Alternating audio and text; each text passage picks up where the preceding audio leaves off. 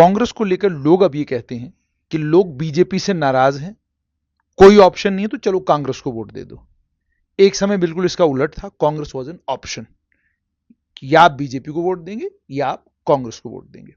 जब आपको पता है कि आपका संगठन कमजोर है, जब आप जानते हैं कि संगठन के तौर पे, ऑर्गेनाइजेशन के तौर पर आप बीजेपी का मुकाबला नहीं कर पा रहे हैं, तो क्या आपको नहीं लगता कि कांग्रेस को बीजेपी के कंपैरेटिवली ज्यादा मेहनत करने की जरूरत है? मैं हॉकी के नजरिए से भी कई बार देखता हूँ कि अगर प्लेयर को पता ही नहीं कि उसने इस साइड पे खेलना है, तो वो खुद भी कंफ्यूज रहेगा और टीम को भी कंफ्यूज रखेगा। सो मैं इस चीजों में बहुत क्लियर हूँ। लेकिन आपके दफ्तर को देखते हैं तो इतना गरीब दफ्तर है आपका कि उसको देखकर आप सोचते हो कि यार ये वाकई किसी नेशनल पार्टी का दफ्तर है या किसी बेचारी गरीब पार्टी का दफ्तर जिनके पास जो है पैसे ही नहीं है। एक जमाना था जब रेडियो पर आप कमेंट्री सुनते थे, अक्सर और बेशतर लोग क्रिकेट की कमेंट्री सुनते थे, लेकिन हमें हॉकी का भी शौक था। हॉकी के कमेंट्री, क्योंकि उस जमाने में टीवी बहुत कम लोगों के पास थे, मैच आता तो आपको कमेंट्री से पता चलता था कि क्या हुआ। और एक नाम जिसको मैंने बिल्कुल अपने बचपन में बहुत सुना है, आवाज यूं आती थी कि परगट सिंह डी के अंदर और गोल। हॉकी की दुनिया का, भारत का नेतृत्व करने वाले, 10 साल तक लगातार भारतीय टीम के कप्तान तो एक, दूसरी तरफ भारतीय टीम को पूरी दुनिया में जहां भी टीम गई, जब इनकी हॉकी स्टिक घूमती थी तो लोग परेशान होते थे। मेरे साथ इस समय कांग्रेस के नेता, MLA Jalandhar Cantt, Arjuna awardee और पद्मश्री परगट सिंह है। परगट सिंह जी बहुत बहुत शुक्रिया। Thank you sir. पहले तो ये कि अक्सर आजकल देखते हैं आपको कोई भी मिलता है, वो हीरो को कहता है मैं आपका फैन हूं, वो क्रिकेटर को कहता है कि मैं आपका बहुत बड़ा फैन हूं।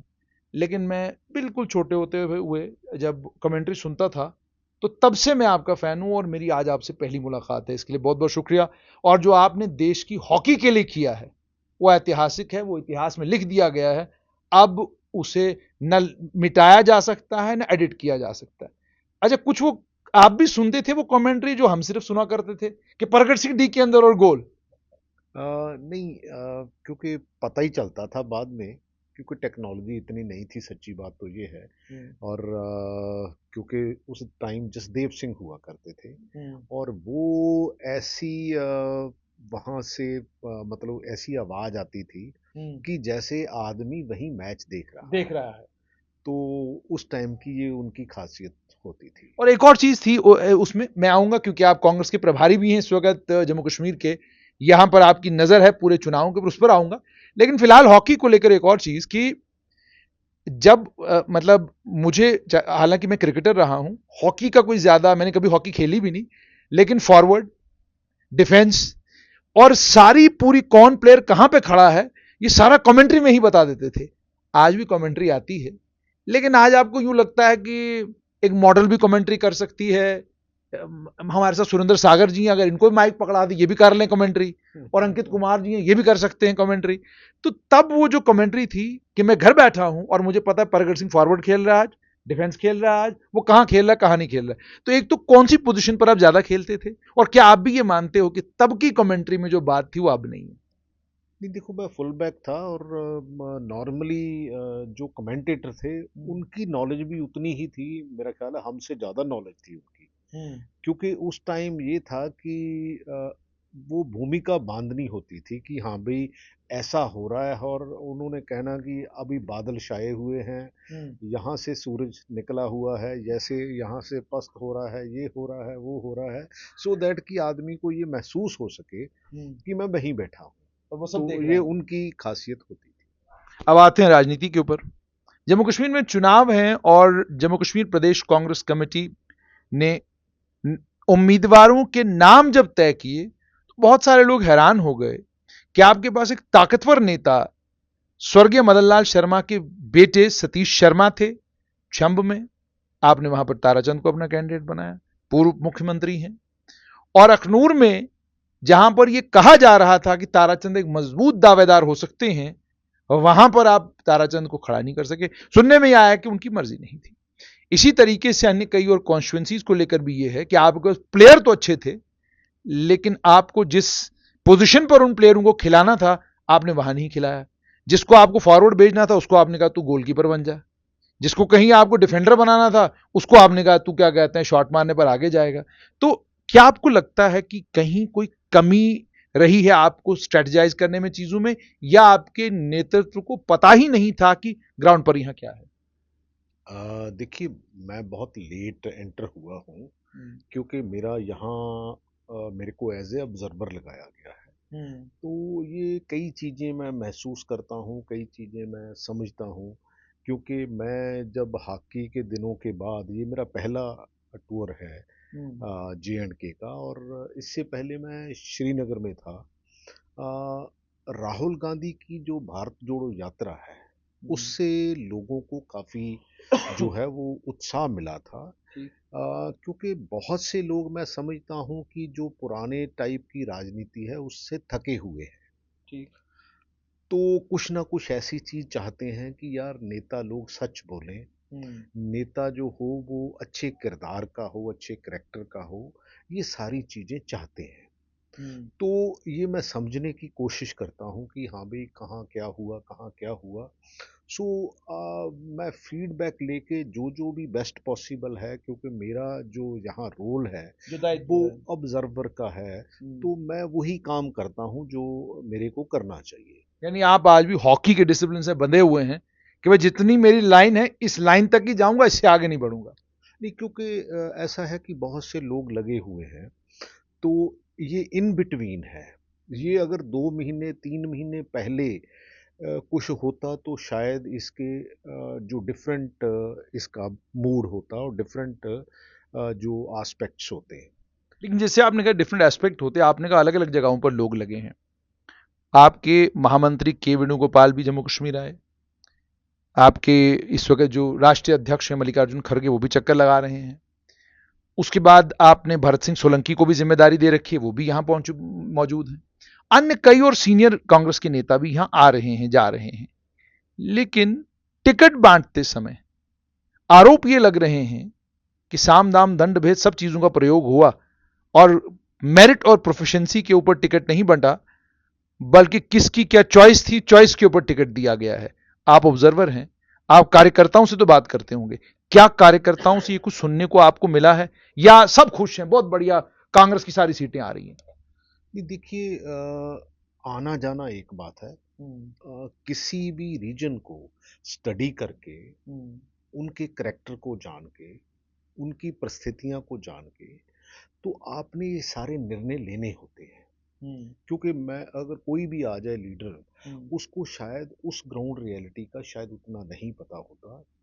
सो जितनी जितनी भी समझ आती है, क्योंकि ये लंबे समय की जरूरत है इसमें, क्योंकि जनरल सेक्रेटरी नॉर्मली इसीलिए लगाए जाते हैं कि आप अच्छी तरह स्टडी करके, यहाँ कहीं गुटबाजी है सारे पॉलिटिकल सिस्टम में है, ग्रुप्स हैं, इसमें कोई दो राय नहीं, वो हर पॉलिटिकल पार्टी में कहीं ना कहीं होते हैं। लेकिन उसको एक अच्छी टीम बना के आगे कैसे बढ़ना है, वो एक बहुत जरूरी चीज होती है।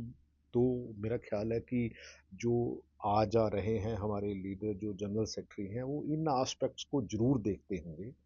और जो जहाँ तक टिकट्स की बात है, क्योंकि देखो, टिकट्स हर आदमी क्लेम करता है कि मेरे को मिलनी चाहिए, मेरे को मिलनी चाहिए, और उसके सर्वेज होते हैं, उसका सारा कुछ होता है। तो कहीं ना कहीं ये सर्वे होते हैं? नहीं, होने तो चाहिए। मेरे को ये नहीं पता कि यहाँ पहले आप अगर कह रहे हैं सर्वे हुए हैं, तो फिर तो मुझे हैरानगी हो रही है कि वो सर्वे करने वाली टीम कौन सी थी, जिसको ये पता ही नहीं कि किस कॉन्स्टिट्यूएंसी में, किस क्षेत्र में कौन कितना मजबूत है। क्योंकि आपने जब मैंडेट बांटते समय लोगों का भी जो इनपुट, क्योंकि हम लोगों से तो बात करते हैं, लोगों ने कहा जी इस सीट पर इस कैंडिडेट को, इस सीट पर इस कैंडिडेट को अगर कांग्रेस खड़ा करती है तो कुछ हो सकता है। और ये भी मुझे बताइएगा प्रगट सिंह जी, आप खुद जानते हैं कि बीजेपी सिर्फ एक राजनीतिक दल नहीं है, बल्कि एक इलेक्शन मशीन है। अभी वो चुनाव खत्म होगा, ये वो अगले चुनाव की तैयारी शुरू कर देते हैं।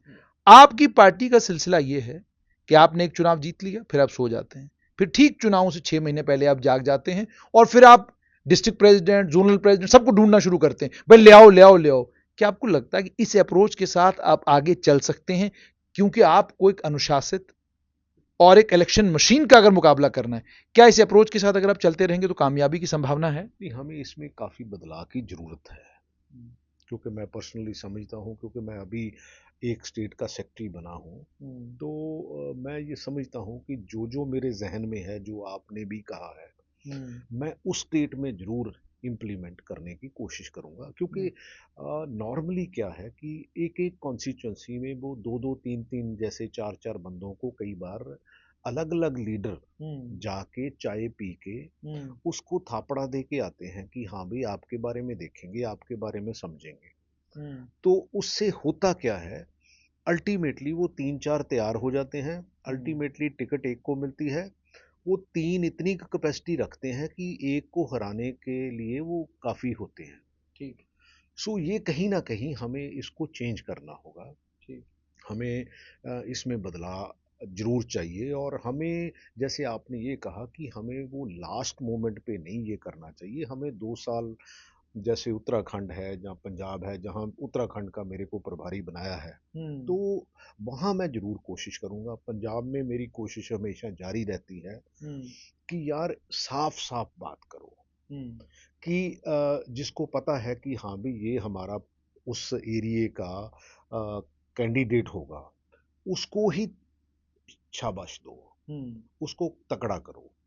क्योंकि अगर मैं हॉकी के नज़रिए से भी कई बार देखता हूँ कि अगर प्लेयर को पता ही नहीं कि उसने इस साइड पे खेलना है, तो वो खुद भी कंफ्यूज रहेगा और टीम को भी कंफ्यूज रखेगा।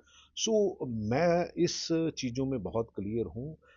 लेकिन क्योंकि मैं ऑर्गेनाइजेशन में नहीं था, तो पिछली जो एमपीज़ की इलेक्शन थी उसमें मेरे पास ऑलमोस्ट 90 सीटें दी थी।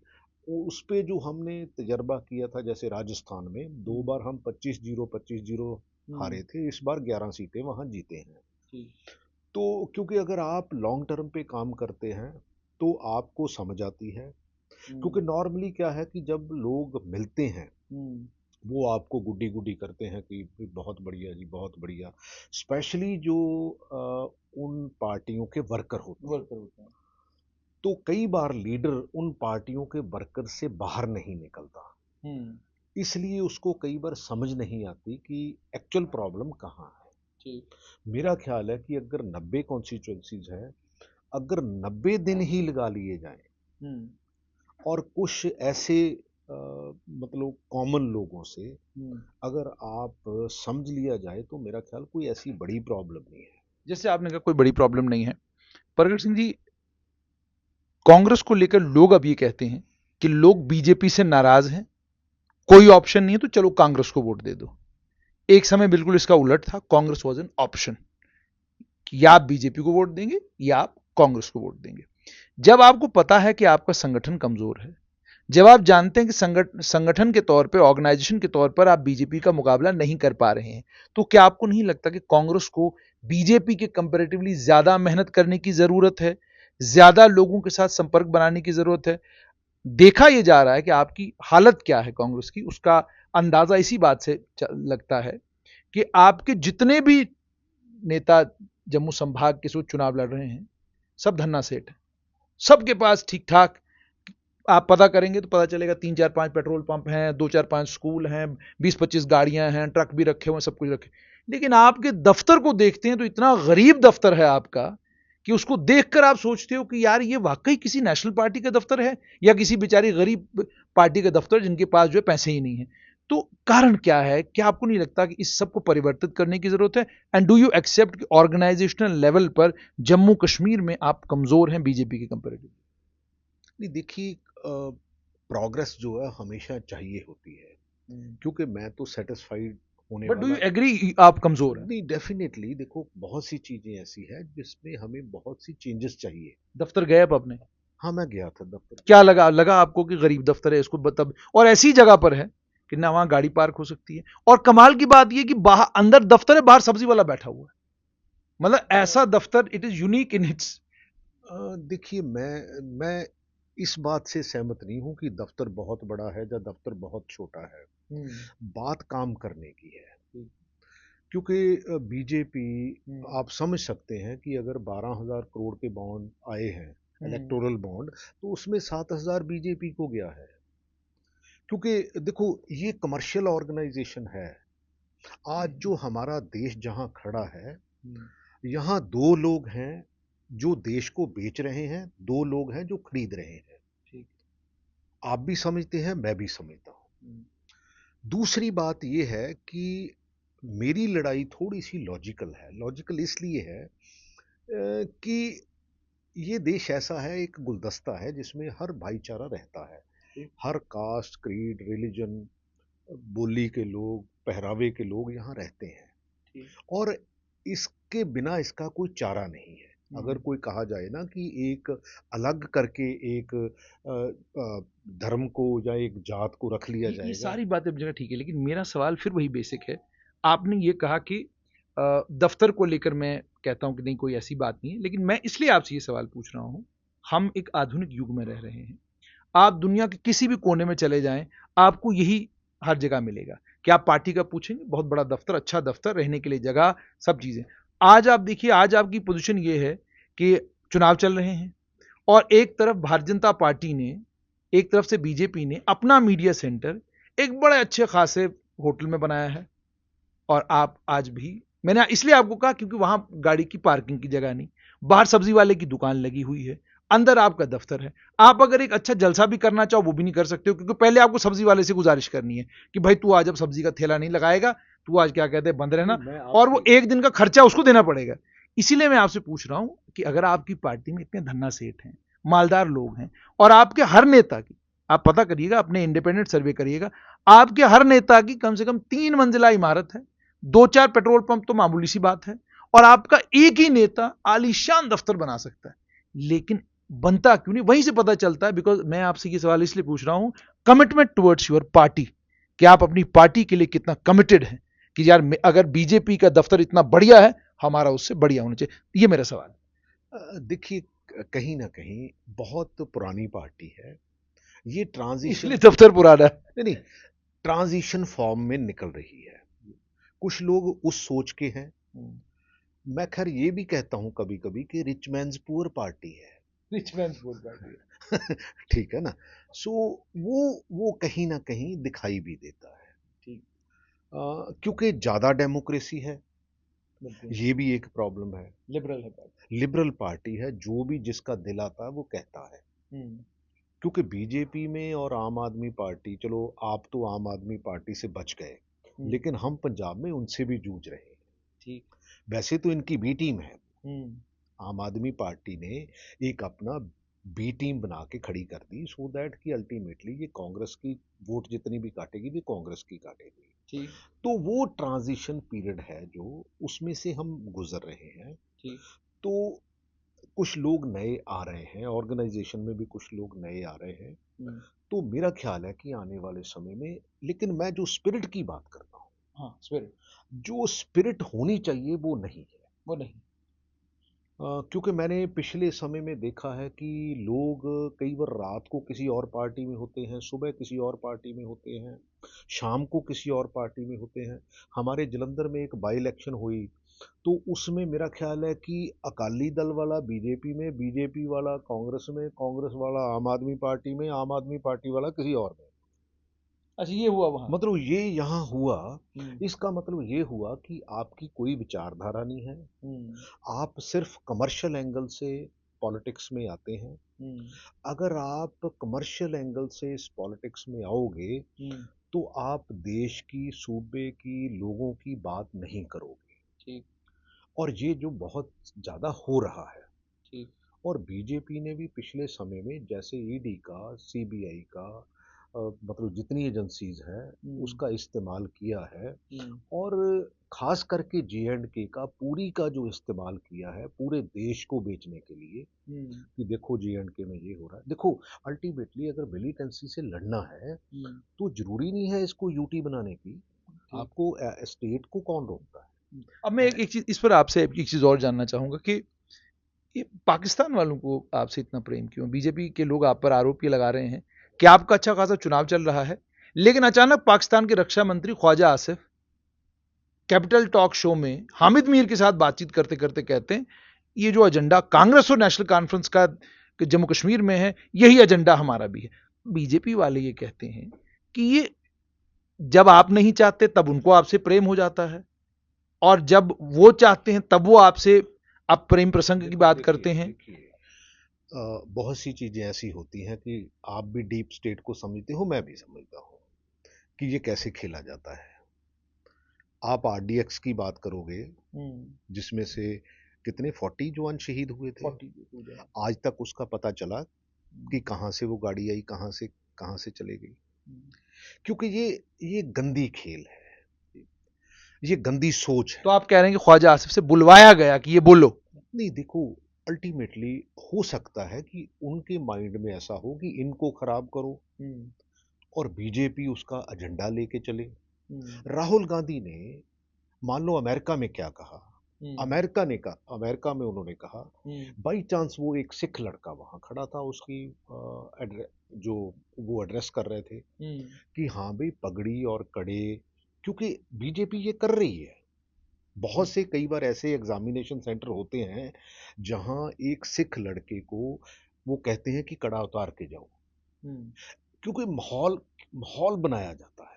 ठीक, मेरा ख्याल है कि हमें देश में ऐसा माहौल नहीं बनाना चाहिए। उसका बेसिक, अच्छा उन्होंने देखो जो एंकर होता है, मैं कई बार नेशनल टीवी पे कई बार देखता हूं, वो मुंह में हर चीज डालते हैं कि वो देखो आपको पगड़ी बांधने नहीं दी जाती, आपको कड़ा डालने नहीं दिया जाता। भाई उसके कहने का मतलब उस स्पिरिट से है।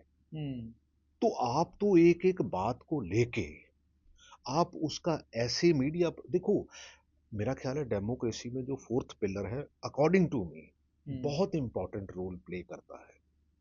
लेकिन एक देश का प्रधानमंत्री 11 साल इवन मीडिया के मुखातिब भी ना हो, और कैसे हैंडल किया जाता है, कितने कितने 100 करोड़, है ना, यही केजरीवाल करता है। उनको केजी मीडिया कहते हैं, इसको गोदी मीडिया कहते हैं। अच्छा, अब मैं एक और चीज पर आऊंगा कि आप राष्ट्रीय मुद्दों पर चले गए, हम जम्मू कश्मीर में वापस आते हैं।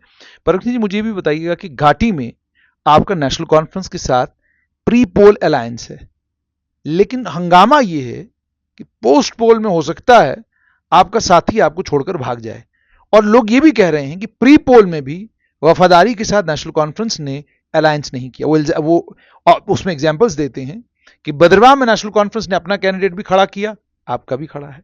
डोडा में जहां आपकी स्थिति अच्छी थी, वहां पर नेशनल कॉन्फ्रेंस ने अपना कैंडिडेट खड़ा कर दिया। का फ्रेंडली अलायंस है। विकार रसूल के गढ़ में जाकर पूर्व मुख्यमंत्री और नेशनल कॉन्फ्रेंस के बड़े नेता उमर अब्दुल्ला ठीक ठाक सुनाकर आए उनको, और नेशनल कॉन्फ्रेंस के नेता जो वहां से चुनाव लड़ रहे हैं सज्जाद शाहीन, उन्होंने भी आपके पूर्व प्रदेश अध्यक्ष को लेकर अपशब्द बोले हैं। उसके बाद जाकर विकार ने उस पर रिएक्ट भी करा। पार्टी ने डांट लगा दी पूर्व प्रदेश अध्यक्ष को, अब आपको ऐसी बातें नहीं करनी चाहिए, हमें अलायंस का आदर करना है। इंदरवाल में प्यारेलाल शर्मा, जिसके बेटे की शादी में डॉक्टर फारूक अब्दुल्ला खुद गए और नाचा भी, उसके वीडियो भी सोशल मीडिया पर वायरल हुए, क्या माना जा सकता है अचानक रातों रात प्यारेलाल शर्मा अब बागी हो गया, उसका कोई संपर्क डॉक्टर फारूक अब्दुल्ला के साथ नहीं, वो भी खड़ा हुआ आपके कैंडिडेट शेख जफरुल्लाह के खिलाफ, वहां पर भी वो आपका कैंडिडेट। इसी तरीके से अन्य कई और कॉन्स्टिट्यूंसीज में यही हुआ कि नेशनल कॉन्फ्रेंस ने कहा अलायंस भी है लेकिन फ्रेंडली कॉन्टेस्ट होगा। तो क्या आपको लगता है कि नेशनल कॉन्फ्रेंस इज सिंसियर कि पोस्ट पोल भी वो आपके साथ ही रहेगी? आपको कार्यकर्ता क्या बता रहे हैं? देखिए, अल्टीमेटली ये समझता हूं मैं कि पॉलिटिकल लोग जो है वो कई बार बात कुछ और करते हैं, उसके मायने कुछ और होते हैं।